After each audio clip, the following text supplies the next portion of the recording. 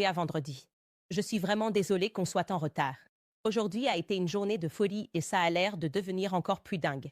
Alors d'abord, on va replonger directement dans notre série parce qu'on vous a laissé sur un petit suspense. On vous a montré cette comparaison entre le président actuel Emmanuel Macron et une personne qui était censée être le neveu de Brigitte, le neveu de sa femme.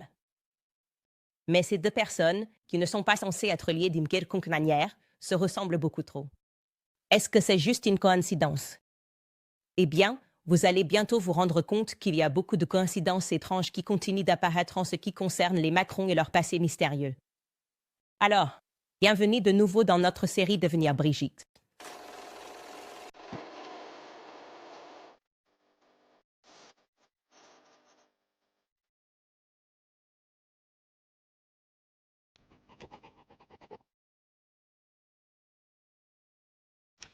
D'accord, pour faire un bref récapitulatif. Dans le dernier épisode, on a appris que les camarades de classe d'Emmanuel Macron le décrivaient comme un peu mystérieux. Personne ne savait ce qu'il faisait en dehors de l'école. Il restait dans son coin. Il ne faisait partie d'aucun groupe.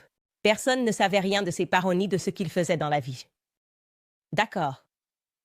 On a aussi appris qu'Emmanuel Macron, en tant que président, semblait connaître très peu de choses sur sa propre famille proche. On a un peu raconté quelques histoires pour vous. Non.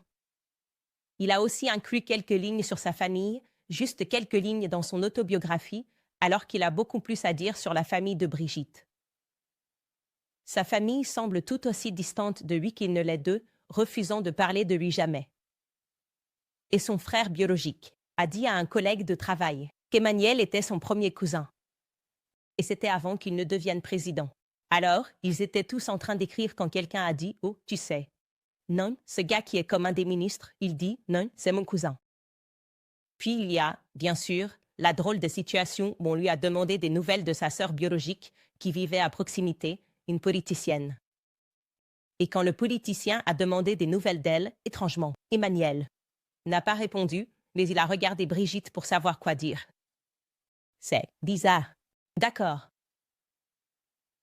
Maintenant, le seul membre de la famille qui semble avoir un peu de visibilité de la part d'Emmanuel Macron, la personne avec qui il semble à l'aise de parler publiquement et de montrer de l'affection, c'est sa grand-mère, d'accord. Sa grand-mère s'appelait Germaine Noguet, née Germaine Haribette, et il l'appelait affectueusement Manette, d'accord. Les voilà ensemble. En parlant de son enfance dans son livre « Révolution », c'est la seule personne qu'il mentionne souvent. Il a écrit ceci, je cite, « J'ai donc passé mon enfance dans les livres, un peu en dehors du monde. C'était une nature morte. Je me souviens de ces matins tôt où j'allais dans sa chambre et elle me racontait des histoires de ses amitiés pendant la guerre. Enfant, je reprenais le fil de la discussion interrompue chaque jour et je voyageais à travers sa vie comme si je lisais un roman. Et l'odeur du café qu'elle préparait parfois au milieu de la nuit. Et ma porte de chambre entrebâillée dès 7 heures du matin, alors que je n'étais pas encore allée la voir. S'exclamant avec un faux air inquiet, « Tu es encore endormi ?» Tu sais, il y avait ce journaliste qui a même spéculé. Elle a évoqué la possibilité qu'il ait en quelque sorte été adopté par sa grand-mère, Manette. Quoi qu'il en soit, il est très important qu'on apprenne un peu sur cette femme. Qui était-elle? D'accord, parce qu'il prétend qu'elle lui a appris à lire. Selon lui, elle habitait à quelques rues de chez ses parents à Amiens. Et il raconte aussi dans son livre qu'il passait ses vacances d'été, et d'hiver chez elle, dans sa maison familiale.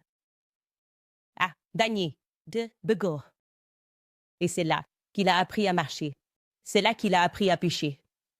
C'est là qu'il a appris à jouer au rugby avec ses grands-parents. Tellement de temps passé avec ses grands-parents. Et peut-être que ça explique cette étrange absence de photos d'enfance avec ses frères et sœurs, ou avec ses parents. D'accord. Donc, il nous en donne beaucoup. Et selon les témoins, Manette était extrêmement discrète, tout comme son petit-fils, laissant souvent les volets de sa maison bien fermés, disait-il. Et une fois à la retraite, elle ne sortait presque jamais parce qu'elle était entourée de livres, un peu dans son propre repère, ce qui explique pourquoi et comment Macron prétend avoir été élevé dans une multitude de livres aussi. Mais quels livres, précisément? Il a donné une réponse à ça. Maintenant, selon la biographie des journalistes Caen, Esmé Gallec et Caroline Darien intitulée Les Macron. Macron. ou plutôt le Macron. Ils ont écrit, je cite, en tant qu'adolescent, le jeune Macron s'évadait en lisant des livres. D'André Gide et de Michel Tournier. Ce livre s'appelle Le Roi des Aulnes en français. Ce sont les livres qui sont sur sa table de nid. Sa chère grand-mère maternelle partageait un goût pour ces auteurs avec lui. Maintenant, nous avons déjà parlé d'André Gide. Je pense que c'était dans notre premier épisode d'introduction.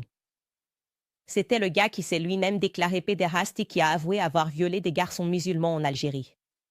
Notamment pour explorer et en apprendre davantage sur sa sexualité en se libérant des chaînes.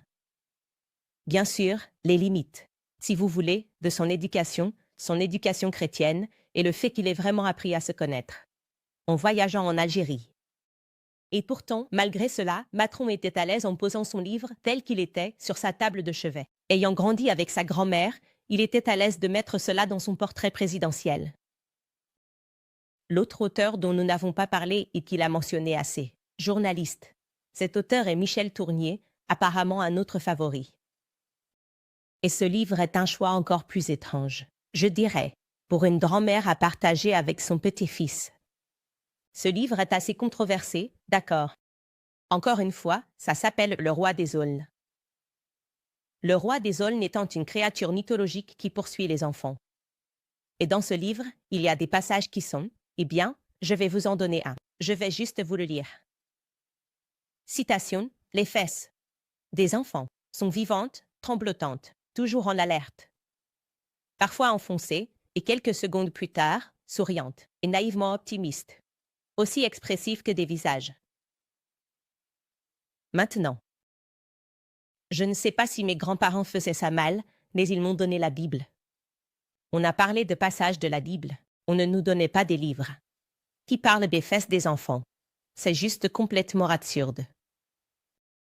Dans ce livre, le protagoniste parle des enfants avancés. À leur âge, n'est-ce pas? Et voici une citation de ce livre, la catégorie d'enfants avec une maturité intellectuelle surprenante qui semblent avoir lu et compris tout depuis leur naissance, contredisant une immaturité physique, qui donne un air d'ingénuité à tout ce qu'ils disent. Vous savez, ça sonne un peu familier, non? C'est à peu près la même explication que celle sur laquelle la presse s'est mise à travailler concernant cette étrange histoire de Brigitte. Étant tombée amoureuse d'un garçon de 14 ans et ayant décidé de l'épouser, alors qu'elle avait 39, 40 ans, elle s'est engagée sur ce chemin vers le mariage. Ils ont dit, rappelez-vous, Macron. Malgré le fait qu'il était un petit garçon, il était juste tellement en avance intellectuellement. Rappelez-vous, c'était un virtuose, non. C'était Mozart. Vous ne comprenez pas, les gars. Il n'était pas comme les autres enfants, même s'il était si jeune. On ne veut pas que vous pensiez à ça. Ouais, on dirait que ce deuxième auteur donne cette explication, qui n'est pas vraiment une explication. C'est quelque chose qui n'aurait jamais dû être accepté. De toute façon, je devrais te dire que Manette est morte. 13 avril, et je suis désolée, mais j'ai oublié d'écrire la date ici. Je veux dire que c'était en 2021. On va corriger ça. Mais le fait est que c'est aussi le 13 avril, le jour où Brigitte Macron est née. C'est aussi le même jour où le programme Nuc Ultra de la CIA est né. Et si vous avez suivi ma nouvelle série, je suis presque obsédée par l'idée d'apprendre tout ce que je peux sur le programme Nuc Ultra. Et ce n'est pas une discussion qui devrait se limiter à l'Amérique. Tu sais, apprendre sur les programmes de nos États profonds, ces programmes très réels qui ont existé et dont on ne parle pas à l'école, c'est un processus terrifiant. C'est l'une des raisons pour lesquelles je fais régulièrement la promotion de ce livre, Chaos, parce qu'il m'a plongé dans une nouvelle réalité en me faisant comprendre à quel point notre gouvernement est maléfique. On pétait, et je dirais, leçon. Il n'y a pas de conspiration ici. Le Nuc Ultra était réel. Le gouvernement était obsédé par tous ces différents programmes. Vraiment, le principal objectif de leur tentative de conditionner le cerveau, d'essayer de laver le cerveau des gens, c'est parfois par l'isolement, ce qui semble être le cas pour Emmanuel Macron qui a passé beaucoup de temps isolé pendant son enfance. Je veux dire, il reconnaît qu'il a vécu à travers les livres. Et ses amis reconnaissent, ou devraient reconnaître, qu'il était un peu un solitaire et qu'il était souvent seul. Donc, ils expérimentaient psychologiquement par l'isolement, par des drogues, tu sais, le LSD. en droguant des gens pour voir s'ils pouvaient les amener à commettre des crimes ou d'autres actes. Involontairement. En gros, essayer d'établir un candidat manchurien, quelqu'un qui réagit à des signaux, qui fait ce qu'on veut qu'il fasse, sans poser de questions. Se demandant s'il pouvait contrôler et en utilisant ça, d'ailleurs, comme une sorte d'arme. Comme je l'ai dit, il est vraiment important que les gens se renseignent sur ce programme MKUltra et les différents noms qu'il a pu avoir. Ça a commencé avant qu'on l'appelle le programme MKUltra et ça a continué encore après. Et demandez-vous si vous croyez vraiment quand ils disent qu'ils l'ont juste arrêté. Ils n'étaient tout simplement plus intéressés à droguer des soldats et à essayer de voir s'ils pouvaient tuer des gens et programmer des individus. Demandez-vous si vous croyez que votre gouvernement est capable d'un tel mal. Est aussi capable de vous dire la vérité que dès qu'ils ont été pris la main dans le sac, ils ont juste arrêté. Et puis, reconnaissez aussi que la majorité des documents liés à ce programme ont été détruits. Donc, on ne sait pas à quel point ce programme était global. On ne connaît pas tous les éléments de ce programme. Et si quelqu'un disait qu'il faisait partie de ce programme, et ils sont nombreux à l'avoir fait, cette personne serait considérée comme maléfique, folle ou en train de mentir. Un élément de ce programme concernait bien sûr les perversions sexuelles, comme les agressions sexuelles, afin d'établir. Ensuite, comment cela affecte la psyché d'une personne. Vraiment des trucs malfaisants, d'accord. Maintenant, je vous ai dit plus tôt que les parents biologiques, présumés biologiques, de Macron, que vous voyez ici sur l'écran, avaient des emplois intéressants. D'emblée, son père, Jean-Michel Macron, était psychiatre. Et oui, bien sûr, nous savons, de manière certaine, que les psychiatres ont fait des choses vraiment malfaisantes, des choses très malfaisantes au fil des ans. Ne me lance même pas là-dessus avant que. Je devrais en fait partir sur une digression sur qui était Sigmund Freud et à quel point c'est troublant qu'il soit enseigné dans nos systèmes scolaires ici en Amérique comme une sorte de héros, comme s'il avait révolutionné la psychiatrie moderne. Ouais, quel genre de percée et de contribution a-t-il vraiment apporté? Encore une fois, nous ferons une pause et en parlerons dans un autre épisode pour ne pas nous perdre. Mais oui, papa Macron était psychiatre et sa mère, Françoise, elle est très importante là à droite, était pédiatre. Quel combo incroyable pour Emmanuel Macron en grandissant, non? Eh bien, il se trouve que quelque chose de très intéressant a été découvert à propos de sa mère, Françoise. Désolée, je pense que j'ai dit Françoise. Maintenant, il vous a dit qu'elle était pédiatre, qui a également été conseillère médicale pour l'Office de la Sécurité sociale. Eh bien, finalement, quelque chose de très intéressant est apparu à propos d'elle et de son travail pour l'administration de la Sécurité sociale, d'accord. Ça, je vais le lire directement du livre à venir du journaliste Xavier Poussard, qui sera disponible sur Amazon. Au cas où vous voudriez sauter directement à la fin de l'histoire et voir où ça se termine. Il écrit, citation, face au mur de l'enfance d'Emmanuel Macron, nous avons décidé de l'examiner méticuleusement avec cette question en tête. Pourquoi la famille a-t-elle refusé de répondre aux demandes des journalistes? Et pourquoi avait-il besoin de l'approbation de Brigitte? Une audition à l'Assemblée nationale française a attiré notre attention. C'était celui de Sylvain Tesfort. Elle était en train de témoigner.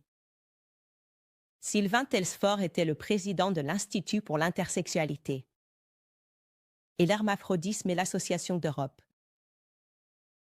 Alors, elle est née à Beauvais en 1956 sous le nom de Sylvain Tesfort, puis a changé de nom en Sylvain par un jugement du tribunal à Paris le 15 mai 2007. Donc, en fait, Sylvain est né homme.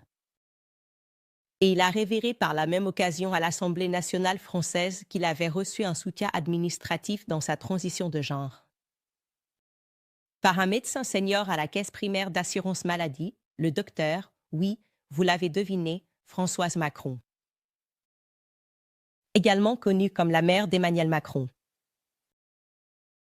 Donc, une personne qui avait fait sa transition témoigne soudainement et dit, en fait, ouais, la personne qui m'a aidé à faire ça, c'était le docteur Noguet, Françoise Macron, m'a en fait aidé avec cette transition. Donc, on sait que ça a eu lieu, qu'elle était impliquée dans le soutien aux transitions de genre. La question restait alors de savoir si c'était juste un cas unique ou si la mère de Macron avait été impliquée dans ce type de travail en aidant des personnes transgenres de manière plus étendue. Et la réponse est venue l'année dernière quand une personne intersexuée, qui s'appelait Alexandra, a décrit comment elle avait bénéficié de citation, des dérogations accordées par le conseiller national de référence, le docteur Françoise Macron-Noguet, qui, il faut le dire, est la mère de l'actuel président. Elle a fait un travail énorme. À la suite de toutes sortes de générations de personnes comme moi, on accorde des subventions pour qu'on puisse avoir accès aux meilleurs spécialistes, pour qu'on puisse prendre notre temps et pour qu'au quotidien, on ne soit pas à la marge. Si des gens étaient rejetés par leur famille, elle leur trouvait une petite chambre et ils recevaient une pension d'invalidité pendant la durée du séjour. En gros, c'était très bien organisé. Je ne comprends pas pourquoi les gens méprisent ces protocoles. De citation. Dans la deuxième interview, elle a expliqué que Françoise Noguet s'occupait d'une pathologie particulière connue sous le nom de pseudo-hermaphrodisme congénital primaire. Mais, vous savez, les gars, je suis sûre que tout ça n'est qu'une coïncidence. Tout ça. Je veux dire, quiconque ne comprend pas comment ces choses continuent de se produire dans leur monde est juste un théoricien du complot fou. Non. Juste un théoricien du complot fou. Je veux dire, ouais, d'accord, je comprends. On a quelques questions sur le genre de sa femme. Pourquoi son passé ne semble pas s'assembler? On a quelques questions, c'est sûr, ouais, sur son passé. Son père est psychiatre. Sa mère fait un travail spécialisé, aidant les gens dans leur transition. Ils ont gardé ça secret quand ils se sont mariés. Et bien sûr, quand ils sont devenus le président et la première dame, ils avaient juste tout ça. Soit des choses de type transgenre, soit des trucs pédophiles qui continuent d'apparaître. Mais je suis sûre que tout ça n'est qu'une coïncidence, les gars.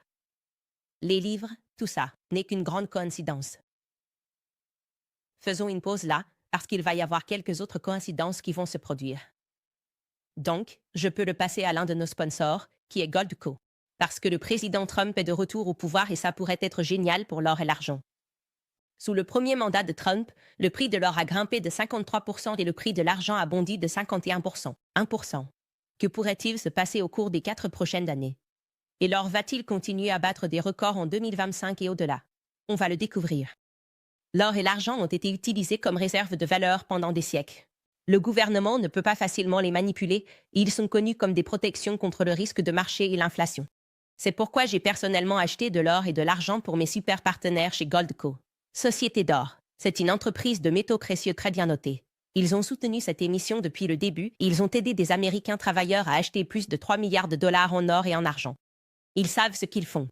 En ce moment, vous pouvez obtenir un exemplaire gratuit de leur kit d'or et d'argent 2025. En plus de ça, vous pourriez également être éligible à jusqu'à 15 000 dollars en argent bonus, peut-être même plus. Donc, pour en savoir plus, allez sur Candace. Encore une fois, c'est Candace. Il y a aussi le réseau fiscal. Je veux vous parler d'eux parce que l'IRS est la plus grande agence de recouvrement au monde et ils intensifient l'application des lois pour 2025. Donc, si vous devez des impôts en retard ou si vous avez des déclarations non déposées, ne attendez pas que l'IRS vienne vous chercher. Les éviter simplement, c'est clairement la pire chose que vous puissiez faire.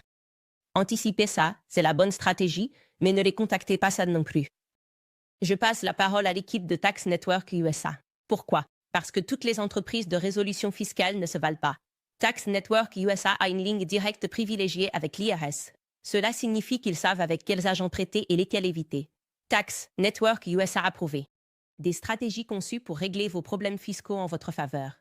Que vous deviez 10 000 dollars ou 10 millions, leurs avocats et négociateurs ont résolu plus d'1 milliard de dollars de dettes fiscales. Alors parlez avec l'un de leurs stratèges, parce que c'est gratuit. Arrêtez les lettres de menace. Arrêtez de regarder par-dessus votre épaule. Laissez vos soucis. Avec l'IRS derrière vous une bonne fois pour toutes. En appelant le 1 800 958 000 ou vous pouvez visiter tnisa.com. Coupe Candace. Encore une fois, c'est tnisa.com/Candace. D'accord, revenons à l'histoire de Brigitte, parce qu'il semble qu'il y ait beaucoup de coïncidences ici. Donc, on avait déjà mentionné une journaliste du nom de Sylvie Bamel, n'est-ce pas? C'est cette journaliste de gauche qui a des articles dans Vanity Fair. Comme je l'ai dit, ces trucs ne venaient pas de théoriciens du complot. C'est un tel mensonge qui est raconté aux mains anglophones. C'est elle qui a consacré le plus de temps à essayer de plonger dans le passé de Brigitte pour en apprendre davantage sur son histoire. Puis, elle se heurtait sans cesse à un mur. Et encore une fois, pour vous le rappeler, ces journalistes étaient comme, ouah, une femme puissante, prenant les commandes de l'Élysée. Je veux juste en apprendre davantage sur elle pour pouvoir la promouvoir dans le monde. Vous savez, qui n'aime pas un personnage fort, surtout si vous êtes féministe, comme ses écrivains l'étaient. Elle commence donc à travailler sur cette deuxième biographie de Brigitte, intitulée « Il venait juste de tourner ». 17. En fait, c'est un titre drôle. C'est un titre faux. Et Sylvie Bamel conteste en fait cela dans ce même livre. Elle arrive à une réponse différente dans son dernier chapitre. Elle écrit qu'Emmanuel Macron venait en fait juste d'avoir 15 ans. Elle a probablement choisi un autre titre parce qu'ils auraient paniqué au palais de l'Élysée si elle était venue avec. Il vient juste d'avoir 15 ans, non. Ils auraient probablement été en train de faire des choses terrifiantes. Peut-être qu'il l'aurait juste convoqué au bureau pour en parler. Eh bien, tout au long de cette deuxième enquête, qui a mené à la publication de ce livre, elle a passé en revue toutes ces interviews publiques données par Brigitte et elle est tombée sans cesse sur ces petites erreurs que Brigitte faisait sur son âge pendant certains événements. Et donc, il y a cette craie. Un juge célèbre, en Amérique connu, sous le nom de Judge, et le juge Judge dit quelque chose. Elle répète que si tu mens, il faut avoir une bonne mémoire, non. Si tu ne mens pas, tu n'as pas besoin d'avoir une bonne mémoire parce que c'est juste vrai. Donc, tu n'as pas à te dire « Oh, qu'est-ce que j'ai dit à cette personne? Qu'est-ce que j'ai dit ?» et faire toutes ces petites erreurs. Donc, une erreur que Brigitte a faite dans cette longue interview biographique qu'elle a donnée au magazine, elle concernait sa sœur aînée, sa défunte sœur, Marie Vaughan, qui était décédée dans un accident de voiture. Mais maintenant, quand Brigitte a donné cette interview, elle a dit que c'était, vous savez, une sorte de chose traumatisante qui était gravée dans son esprit, qu'elle avait 8 ans au moment de la mort de sa sœur et qu'elle portait sa sœur avec elle chaque jour de sa vie. Elle a également déclaré que sa nièce était décédée un an plus tard, à l'âge de 6 ans. Donc, Xavier Poussard était très troublé par ça. Tout d'abord, tout de suite, Sylvie Baumel. Elle a pu déterminer qu'en fait, non, elle n'avait pas 6 ans quand sa sœur est morte. Elle avait 8 ans. Maintenant, c'est juste un écart de 2 ans. Mais je pense qu'à l'âge de 8 ans, si quelque chose d'aussi important se produit dans ta vie, tu ne peux pas vraiment te tromper sur la date de 2 ans. Genre, ce serait juste un souvenir très brut, mais peut-être que c'était juste une erreur. Mais concernant cette deuxième personne qu'elle dit être décédée, la nièce qui aurait soi-disant péri un an plus tard, donc ce serait de grandes pertes consécutives dans la famille, il se disait juste « je ne vois ça nulle part ». Et il trouvait ça étrange parce qu'il y avait tant d'écrits sur les nièces de Brigitte, et pourtant, il n'y avait aucune mention de celle qui était décédée nulle part. Donc, il s'est tout de suite mis au travail pour faire des recherches. Et enfin, il a pu confirmer, en visitant une parcelle familiale que Brigitte avait, mais que la famille de Brigitte avait, qu'il y avait une nièce nommée Sylvie, qui était décédée suite à une opération en 1996. Ok, super.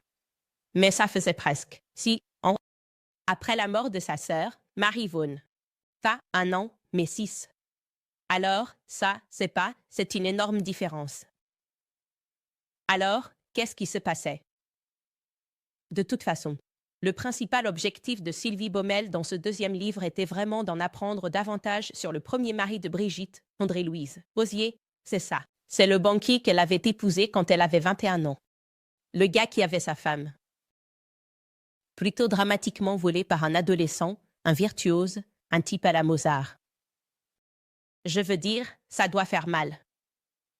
Et personne ne pouvait le joindre. Souviens-toi, on a parlé de Virginie Linard, cette réalisatrice de documentaires, qui a dit à peu près la même chose. C'était comme un trou noir. Elle l'a qualifié du meilleur secret bien gardé de l'Élysée. Personne ne pouvait passer. Il y avait aussi un magazine, le magazine Capital, qui a résumé tout ça en 2017. Avec cette impression générale. En se référant à André-Louise, le premier mari, comme, je cite, un vrai fantôme. Pas une seule photo de lui sur le web, pas une seule image dans les catalogues de l'agence TIC Presse. Les biographies mentionnent à peine sa carrière de banquier. Qu'est-il arrivé à l'ex-mari de Brigitte Macron? Alors, ayant renouvelé son enquête à nouveau, Sylvie Baumel a également remarqué combien il était étrange que cet homme qui avait travaillé à deux grandes banques, dont le Crédit du Nord, semblait avoir quitté l'industrie, sans laisser de traces. Elle a écrit dans son livre que c'était, je cite, comme un épisode de Black Mirror où les bureaux du président ont trouvé un moyen de pénétrer les cerveaux de ses anciens connaissances et d'effacer tout. Avant la sortie de son livre, Sylvie a décidé de publier quelques extraits dans un magazine appelé L.A. Pointe. Et puis soudain, au fin, dans ce magazine, elle a écrit, en avril 2019, avant la publication de son livre, qu'une photo de mariage, un photographe de mariage, est apparu du premier mariage de Brigitte. Donc, ils sont maintenant au pouvoir. Et ça fait maintenant 2 ans qu'ils sont au pouvoir. C'est parti. Ada. En fait, on pourrait dire 1 an et 3 mois. Tada. Pomo. Voici une photo du premier mariage de Brigitte. Prétendument. Voilà, voici la photo. Regarde, juste cette photo. On nous dit que c'est André Louis et que c'est Brigitte Crogno. Alors, je dois vous dire que je ne suis pas un logiciel de reconnaissance faciale, mais cette femme, on peut continuer un peu, les gars, ne me semble paraître. L'actuelle Première dame, Brigitte Macron. D'accord. Je sais que les visages changent, mais ça ne me semble pas être l'actuelle première dame, Brigitte Macron. D'accord. Regardez juste sa côte à côte. Peu après, une carrière commence. Et peut-être que je pourrais dire que ces personnes sont liées, mais en vérifiant, je dirais que non. Qu'est-ce qui est arrivé à tes dents? Est-ce que tu as commencé à fumer du crack? Je ne sais pas, ce n'est pas qui est cette personne sur cette photo. D'accord. Mais on ne peut pas juste faire des suppositions en regardant les gens et en décidant ce qui est vrai et ce qui est faux. Et au fait, ils ont pu trouver, Sylvie Baumel a réussi à dénicher un acte de mariage qui certifie qu'elle a le ticket. Quelqu'un. Nommée Brigitte Crogno, elle a définitivement épousé quelqu'un du nom d'André Louis Osière, le 22 juin 1974. Donc ça se vérifie. Et ce n'est pas tout. Le témoin au mariage était son frère, Jean-Michel Trogno. Et ça, c'était une énorme avancée parce que ça nous dit que Brigitte était extrêmement proche de son frère. Si tu as fait de lui le témoin de ton frère, le témoin de ton mariage, tu supposerais que ça veut dire que vous étiez super proches. Mais le public commençait à peine à apprendre qui était Jean-Michel. Alors ils se disent, eh bien, c'est bizarre. Pourquoi l'as-tu fondamentalement effacé de ta vie? C'est la pire querelle familiale de tous les temps. Une fois que tu es devenue la première dame. Ouais, ça semble un peu étrange. Alors, voici quelques faits étranges que je vais partager avec vous. Dans notre lettre légale, nous avons spécifiquement demandé à Brigitte Macron, bien avant la publication d'aujourd'hui, de nous confirmer par écrit que elle, l'actuelle première dame de France, étant faites la femme qui est sur cette photo. Et elle a refusé de répondre à notre question. D'accord. Le voilà, on a cette lettre. Elle a spécifiquement refusé de répondre à la question de savoir si c'était bien elle. Tu vois le numéro 8. Est-ce que Brigitte Macron est la même personne sur la photo de mariage Osier? Pas de réponse. Et ce qui est encore plus intéressant, c'est que ce n'est pas la première fois qu'elle refuse de répondre à cette question basique. Elle a aussi refusé de donner une réponse basique à cette question dans une affaire judiciaire, une affaire de diffamation contre la journaliste Natacha Ray. Vous en avez entendu parler. Elle a gagné dans l'affaire de diffamation. Eh bien, maintenant, je vais te raconter les détails de la façon dont Natacha Ray a perdu son affaire de diffamation. Pas par rapport à sa revendication. Que Brigitte Macron était un homme a vécu en tant qu'homme avant de faire la transition, si tu veux, vers Brigitte Macron, mais plutôt en se trompant sur des détails, d'accord. En spéculant. Elle a regardé cette photo d'André-Louis Osier au mariage, et dans sa tête, elle s'est dit « Je ne pense pas que ce type ait jamais existé ». Et en fait, l'homme sur cette photo ressemble beaucoup plus à un autre gars qui s'appelle Louis. André. Il suffit littéralement d'inverser le nom. Donc, tu as André Louis sur la photo. Elle pensait que sur cette photo, c'était en fait Louis André, qui est, en réalité, son cousin germain. Donc elle a spéculé. Elle a juste fait cette affirmation comme si c'était évident, genre, ils font juste semblant. Et c'est donc la personne avec qui son cousin germain s'est marié. Mais Natacha avait, en fait, tort. D'accord. Donc, le palais de l'Élysée a appelé Louis-André, a eu une conversation et l'a encouragé à la poursuivre en diffamation, ce qu'il a fait. Donc, encore une fois, je veux être très clair sur ce qui était à l'origine de cette affaire de diffamation. Ce n'était pas de savoir si Brigitte Macron était né homme. Et je veux aussi être clair ici que cette affaire de diffamation n'aurait pas eu lieu sans l'intervention du palais de l'Élysée, promettant qu'ils se joindraient au procès, même s'ils ne l'ont jamais fait. Alors, comment sait-on qu'ils ont fait ça? Parce qu'un autre journaliste de gauche, féministe, nommé Emmanuel Anison, qui a également écrit un livre sur Brigitte Macron, cherchant à démystifier toutes les rumeurs sur le fait de savoir si Brigitte était née homme ou pas. C'était la seule journaliste qui a vraiment réussi à percer au sein de la famille Osière. Elle a en fait passé du temps avec ce cousin mal identifié, Louis-André. Et il lui a raconté comment tout s'est passé et elle l'a enregistré dans son livre. L'histoire raconte que le cousin. John Louis avait une femme nommée Catherine Adois et était convaincu de sa théorie selon laquelle il était en fait l'homme, sur la photo. Elle a contacté sa fan, Natacha Ray, qui envoie un message à sa fan, Catherine, sur WhatsApp à 3 heures du matin. Elle est, en quelque sorte, sur la piste de l'histoire. Elle sait qu'il y a quelque chose de bizarre et elle suit son instinct plutôt que les faits. Elle écrit à cette femme « Je sais tout, absolument tout, pour toi, pour John Louis, pour Jean-Michel ». Et je suppose que pour elle, c'était une sorte de stratégie journalistique de ne pas vraiment tout savoir, de sentir qu'il y avait quelque chose qui clochait, mais d'espérer qu'en faisant semblant de tout savoir, la personne pourrait se montrer plus ouverte. Mais Catherine ne s'est pas montrée très ouverte. Elle l'a tout de suite montré à son mari en disant « Qu'est-ce qui se passe ?» Et donc, son mari a contacté Laurence Osier. Je vous rappelle que c'est la fille présumée aînée de Brigitte, qui est aussi son cardiologue. Et Laurence dit « Il faut que tu appelles Brigitte. Il faut que tu appelles maman, parce qu'elle pense aussi à déposer une plainte. » C'est du harcèlement. Donc, il le fait. Le cousin appelle Brigitte. Et voici ce qu'il dit au journaliste qui s'est passé ensuite dans ses propres mots. Citation. Brigitte me dit qu'elle est désolée et que c'est entièrement de sa faute, qu'on doit porter plainte, et qu'elle est d'accord pour déposer une action conjointe. J'entends la voix d'Emmanuel Macron en arrière-plan, lui demandant de se dépêcher parce qu'ils doivent partir avant de raccrocher. Elle promet de m'envoyer une copie de son livret de famille, ce qu'elle n'a pas fait. Je lui ai aussi demandé de certifier par écrit ce qu'elle a fait, pardon.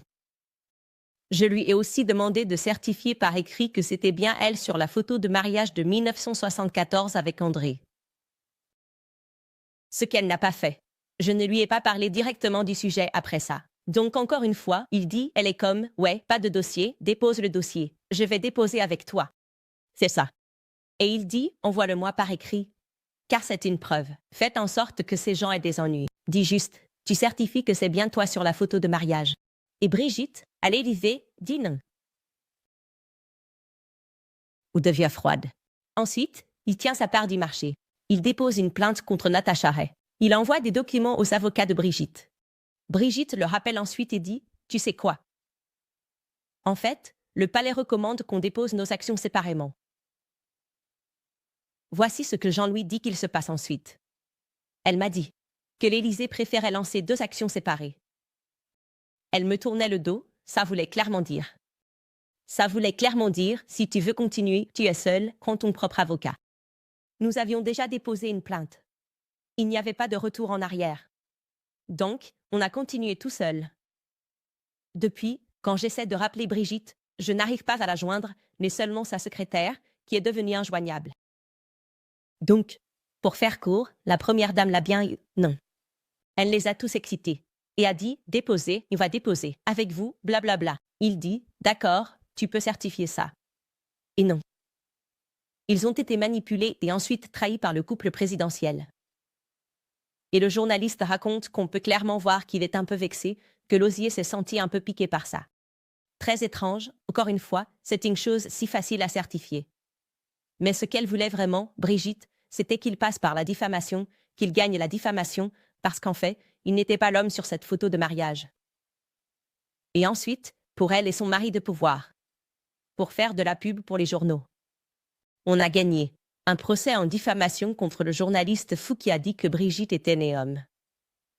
Oh, eh bien, Brigitte vient de gagner un procès en diffamation. On n'arrête pas d'entendre ça. Elle a gagné. Elle a gagné des procès en diffamation à ce sujet. C'est comme ça qu'ils s'y prennent encore, à s'attaquer aux détails, mais pas à la substance de ce que les gens enquêtent. Maintenant, il faut comprendre qu'à ce stade, en France, Internet était en feu avec des théories du complot. Je veux dire, tout d'abord, mais où diable est le premier mari? Où est André, Louis? Eh bien, comme le destin l'aurait voulu, peu après que Sylvie Bamel publie son livre. Enquête sur la question. Lévis, octobre 2020, tout à coup, Tiffan. La deuxième fille annonce dans un magazine hebdomadaire que son père est en fait déjà décédé. Il y a un an, en fait. En 2019, les gens commencent à fouiner. Et maintenant, elle dit en fait, il est mort. Il est mort il y a un an. Voici la citation qui a été publiée dans Paris Match. En annonçant cela, Tiffan a dit « Mon père est mort. Je l'ai enterré le 24 décembre 2019. 24 décembre 2019, dans la plus stricte intimité. Comme c'est pratique. Comme c'est pratique, non. Ça, genre, je sais pas. Le premier mari de la première dame que tout le monde commence à examiner. Il s'effondre. Juste au moment où les gens réalisent qu'il se passe quelque chose ici. Je dirais que c'est remarquablement pratique pour la famille Macron. Aussi, au fait, c'est un peu bizarre, mais Tiffan a annoncé la mort de son père dans ce magazine Paris Match, qu'on sait être contrôlé dans une certaine mesure par Mini Marchand. C'est l'un des endroits où elle fait publier des photos et des histoires particulières. Eh bien, ce qui est encore plus étrange, c'est que Tiffan a donné de faux détails sur la mort de son père. Ouais, c'est vraiment bizarre, non. Dean, il n'a pas du tout été enterré. Il a été crématisé, et sa date de crémation n'était pas le 24, comme elle l'a dit, mais 4 jours plus tard, le 28 décembre. Comme c'est étrange. Peut-être que le journaliste a juste fait une erreur. Une autre coïncidence bizarre, dans cette saga sans fin. Alors, comment savons-nous les vraies dates? Eh bien, revenons à ce premier cousin. Souvenez-vous de ce premier cousin, pas très content de cette famille. D'accord. André Lewis avait l'impression d'avoir été floué par le couple présidentiel, en déposant cette plainte. Et donc, il s'est confié au journaliste, Emmanuel, de son propre chef, au sujet du service funéraire. Alors apparemment, l'histoire dit qu'il avait reçu un appel des sœurs d'André. Encore une fois, c'est son premier cousin qui l'informe du décès et qu'il y allait avoir des funérailles rapides. Il a fourni au journaliste le livret qui a en fait été distribué lors de cette cérémonie funéraire très rapide. Et je vais te dire, c'est un choix très étrange pour une photo d'obituaire. Voilà. C'est parti.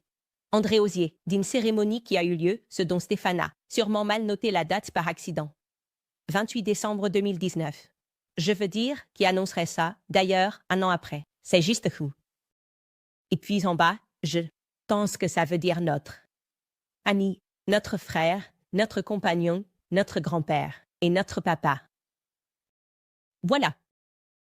Maintenant, même pour un journaliste d'extrême gauche, qui n'est pas en plein aux théories du complot, même pour Emmanuel Anison, ça lui a semblé être un choix très étrange. Pour une photo. Ou une annonce de décès. Alors elle lui a demandé franchement, genre, je veux dire, c'est bizarre. Qu'est-ce qui se passe? Qu'est-ce qui se passe avec ce choix de photo? Et le cousin lui a dit. John Lewis lui a répondu en disant, je cite, « Je pense que c'était la seule photo qui est apparue quand ils sont allés en chercher une pour les funérailles. » Parce que tous les autres avaient été détruits. Détruits. Les mises d'Emmanuel. Je ne suis pas Natacha Ray, mais je suis quand même un peu perplexe. Ouais. Alors, il ne reste que ça de la vie d'un homme. Sur les photos, à part sa photo de mariage, il y a une photo de lui en maillot de bain pour illustrer son dernier départ, elle demande dans son livre. Ouais, d'une manière ou d'une autre, toutes les autres photos de sa vie avaient été détruites. D'accord. Alors vous vous demandez probablement, quoi? Qu'est-ce qui se passe ici? Qu'est-ce qui se passe? Eh bien, Xavier Poussard a en fait pu retrouver le vrai André Louis grâce au relevé bancaire. Il s'avère qu'il n'a jamais travaillé au Crédit du Nord, cette banque, ce qui explique pourquoi tant d'autres journalistes se sont effectivement perdus dans leurs recherches. Et donc, il donne cette information à Emmanuelle de son propre chef. Parce qu'elle est beaucoup plus une journaliste grand public et elle pourrait réussir à en obtenir davantage. Il lui donne aussi accès à un groupe Facebook. Il se dit, non, cet homme a bien existé. Et c'est rempli d'anciens collègues de travail de John Lewis de la banque où il a vraiment travaillé. Et il l'aide à attiser ses soupçons et ses doutes sur le fait que cet homme, peut-être, n'a même jamais existé. Et voici comment Emmanuelle, de son propre chef, conclut le chapitre de son enquête sur lui. Et c'est encore une fois à propos du mari, le premier mari de Brigitte, André-Louis Osier. Elle a écrit, je cite, « Ses sœurs ne voulaient pas me parler, ni ses enfants. Alors j'ai appelé quelques anciens collègues via des groupes Facebook de banquiers. Ils parlent tous avec enthousiasme de Dédé, gentil, charmant, poli, qui parlait beaucoup de ses enfants, qu'il adorait. Dédé, qui fumait trop, qu'il trouvait seul, dévasté. L'un d'eux m'a envoyé une collection professionnelle de portraits du milieu des années 2000, où André pose sérieusement en costume et cravate parmi ses collègues. À l'agence de la Banque d'Amiens. Le mari de 1974 est clairement reconnaissable, même s'il a commencé à perdre ses cheveux. Ses collègues sont restés en contact les uns avec les autres après leur retraite, mais pas lui, qui a coupé tous les liens avec eux aussi. André Osier a disparu des radars. Pour ma part, j'ai essayé de contacter des membres de la famille Osier, mais personne ne voulait répondre. Suzanne Spray. John Louise, la première fan d'Osier, a même raccroché rapidement au nez quand je lui ai dit que j'étais intéressée par Brigitte Macron. Ah oui. Non, non merci. Non, merci, monsieur. Oh là là, non. Au revoir. Tweet. Ailleurs. John Lewis, qui a assisté aux funérailles, lui dit que cela a eu lieu, je cite, juste 4 jours après le décès. Aucune information ne l'avait filtré dans les journaux. Le palais de l'Élysée voulait que ça se fasse rapidement. Et il semble qu'Emmanuel Macron ait été personnellement impliqué pour s'assurer que ça se fasse. Les funérailles ont été organisées en cachette et à la va-vite. Tôt le matin, à 8h30, avant l'heure d'ouverture pour éviter les journalistes. Le livret avec la photo a été placé sur les chaises. Une douzaine de personnes étaient présentes, assises en plans séparés. D'un côté, les sœurs d'André. De l'autre côté, les 3 enfants de Brigitte, Taffon, Laurence et Sébastien. Brigitte M. Sécron n'était pas présente. La compagne d'André, je suppose que ça veut dire comme un partenaire, peut-être quelqu'un avec qui il était en couple, mais jamais marié. Inconnu de tous, il était aussi là, à une certaine distance. Tôt, a soupiré. Après 20 minutes, la cérémonie était terminée et tout le monde est sorti immédiatement. Après, je suis allée prendre un café et un croissant avec les enfants Osière et les sœurs d'André. Des membres du personnel de sécurité étaient en garde à l'extérieur. On a fini par les laisser entrer parce qu'il faisait vraiment trop froid. L'atmosphère était lourde et tout le monde est parti rapidement après. D'accord. Un enterrement plutôt rapide. Pourquoi le palais de l'Élysée est-il impliqué? Dites-moi, les gars, c'est pas un peu bizarre que Brigitte ne se soit pas déplacée, par respect minimum, pour assister aux funérailles d'un homme avec qui elle a été mariée pendant 32 ans. Donc le palais de l'Élysée s'est impliqué pour que ça reste discret, mais ils n'ont pas assisté aux funérailles. C'est même pas Gisson, non. Le père de tes enfants. Aussi, et c'est incroyable, selon le premier cousin, John Lewis. Lors des funérailles, il a parlé à la compagne d'André, qui lui a dit qu'elle avait trouvé des billets pour l'Afrique. Dans la poche de la veste d'André, on puise d'une grosse somme d'argent. Il a dit, je cite, qu'il avait vidé ses comptes, organisé son départ en cachette. Il rêvait tellement de retourner en Afrique. D'accord. Bon, les gars, qu'est-ce qu'on doit en penser? D'accord. C'est vraiment bizarre qu'un amant, un compagnon, un partenaire, peu importe comment on veut l'appeler, dise ça. Que s'est-il vraiment passé avec André Lewis, qui a été incinéré très rapidement, même si sa fille dit qu'il a été enterré? Qui a dit par accident qu'il a été enterré? Parfois, on confond tout ça. Qu'est-il réellement arrivé à André Lewis? Qu'est-ce qui l'a poussé à devenir un reclus du jour au lendemain, à ne plus fréquenter ses anciens amis de la banque des années 70? Comment toutes ces photos de lui ont-elles soudainement été détruites? Il ne lui reste qu'une seule photo de lui. Il a 2 photos. Voici moi au mariage. Et voici moi. Sur une plage, en maillot de bain. Et ce sont les seules photos disponibles de ma vie. Ça ne ressemble pas à une destruction systématique, ça. Je ne peux pas imaginer une situation où ça pourrait arriver, que toutes les photos disparaissent comme ça. C'est comme si tu gardais chaque photo de toi et de ton enfance dans une seule maison. Est-ce qu'il est vraiment mort? Est-ce qu'il a échappé avec l'aide du palais de l'Élysée? A-t-il essayé de s'échapper? Mais le palais de l'Élysée est intervenu. L'imagination peut vraiment s'emballer en ce moment, n'est-ce pas? Mais on ne peut rien confirmer, évidemment. Ce que je peux te dire, c'est que, étrangement, une autre journaliste nommée Sophie Descartes a rapporté, dans un numéro de 2022 de Paris Match qui a été publié, qu'André Lewis a terminé ses jours dans une clinique psychiatrique, sous surveillance. À sa porte, surveillé par Alexandre Benalla. C'est une figure très controversée. Les L.A.A. Le chef de la sécurité, notoire et controversé, qui a fini dans un énorme scandale connu sous le nom de scandale Benalla. D'accord. Pourquoi cette journaliste dirait-elle ça? Je peux te dire que cette information a été immédiatement démentie le même jour sur Twitter par Cafon. Mais malgré le fait que la famille soit extrêmement procédurière, toujours à poursuivre les gens pour diffamation, les MC Krone n'ont jamais poursuivi cette journaliste qui a dit ça pour diffamation. C'est un endroit parfait pour faire une pause, parce que c'est beaucoup d'informations et plein de détails à assembler. Je vais te parler très rapidement du financement américain, parce que je sais qu'il y a beaucoup d'Américains qui prennent ça. Des soldes de cartes de crédit élevés qui facturent 20%, ou plus chaque mois. Il est temps de prendre le contrôle de vos dettes. Si tu es propriétaire et que tu attends de savoir comment mettre tes finances en ordre, tu dois appeler mes amis chez American Financing aujourd'hui. Les consultants hypothécaires d'American Financing aident les propriétaires à puiser dans l'équipé de leur maison pour sortir de leurs dettes. Ils font économiser en moyenne $800 par mois à leurs clients en faisant cela. Économiser ce genre d'argent chaque mois devrait rendre la décision vraiment facile. Il vous suffit d'un appel téléphonique de 10 minutes, sans frais et sans engagement, pour découvrir combien vous pourriez économiser. Et si vous commencez aujourd'hui, vous pourriez être en mesure de reporter 2 paiements hypothécaires. Alors, appelez American Financing aujourd'hui au 800-795 210. Encore une fois, c'est le 800-795 210. Ou vous pouvez visiter americanfinancing.net. Coupe Owens, c'est americanfinancing.net/Owens. D'accord, pour ceux d'entre vous qui pensaient que j'étais tombé dans un trou, ce n'est pas le cas.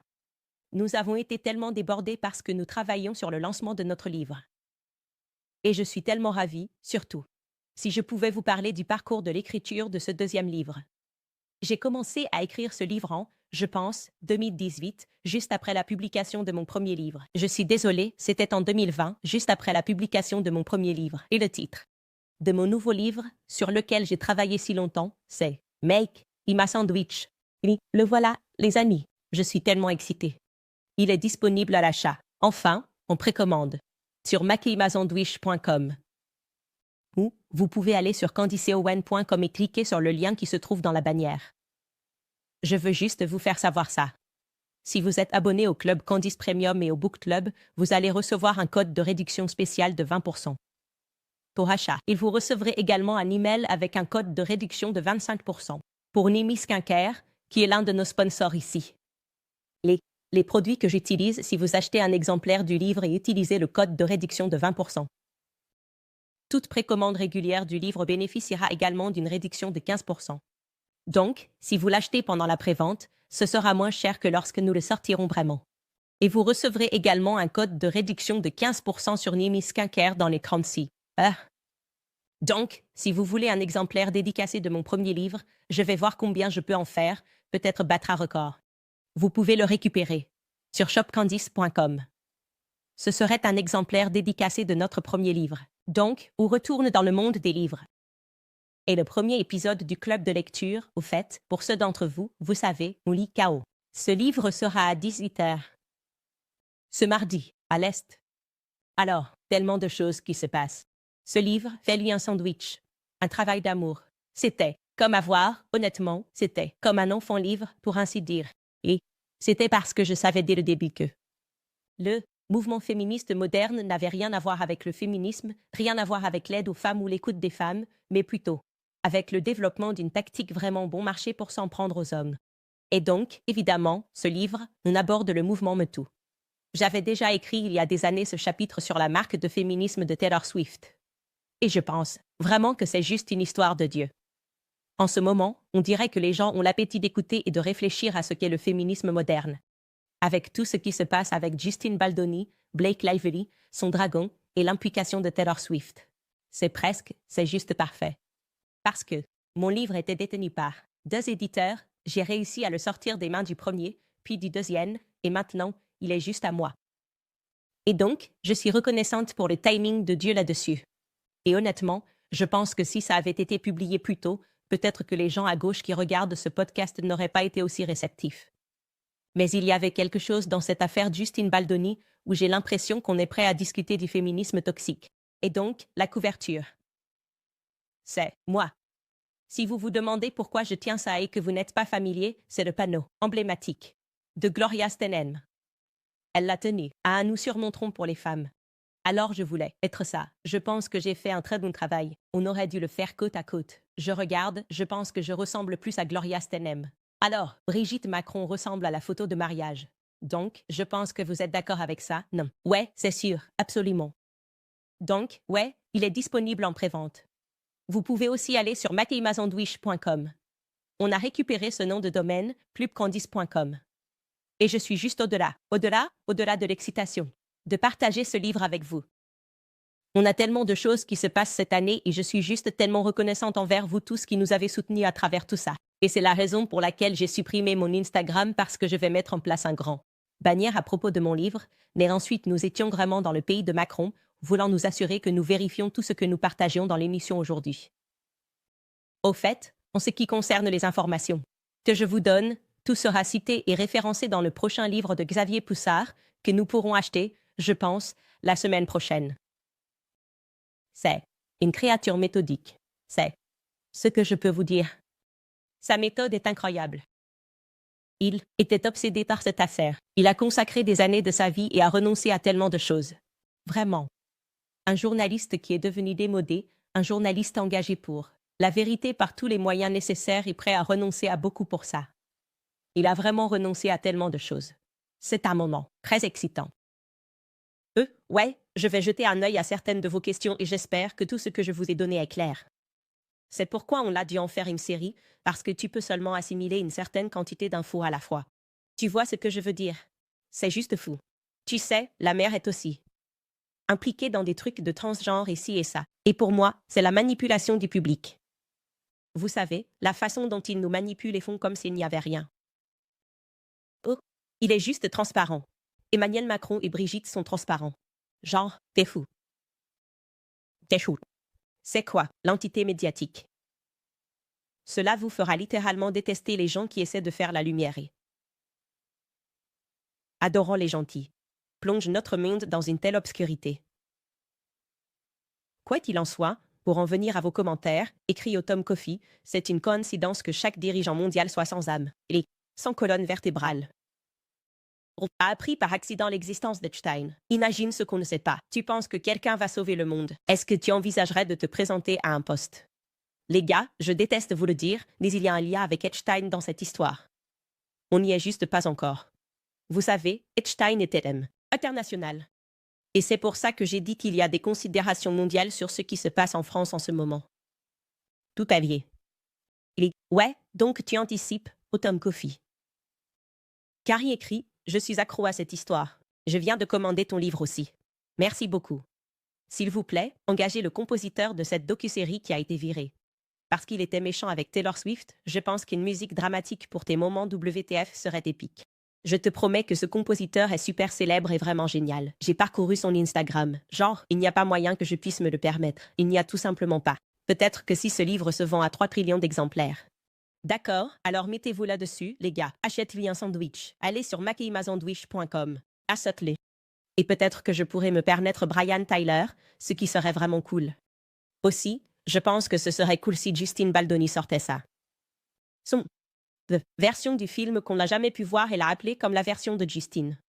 C'était comme un petit clin d'œil mesquin à Taylor Swift, la version de Taylor, comme si elle possédait ses masters. Il possède juste ses masters, mais il ne ferait jamais ça parce qu'il est trop gentil. Donne-le-moi, Justin. Je vais le lâcher. Je ne suis pas si sympa. Pas quand je suis aussi enceinte.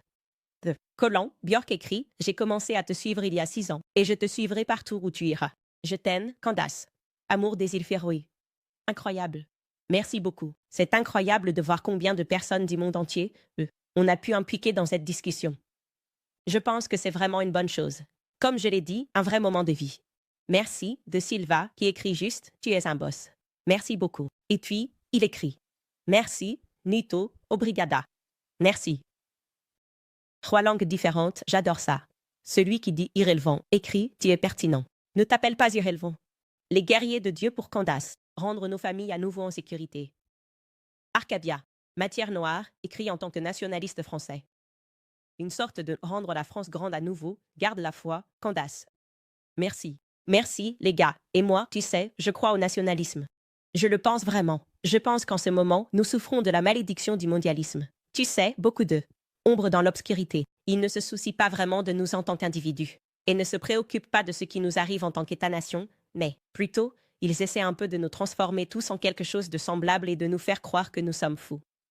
Je veux dire, en parlant de psychiatrie, ça a été une malédiction psychiatrique sur le monde.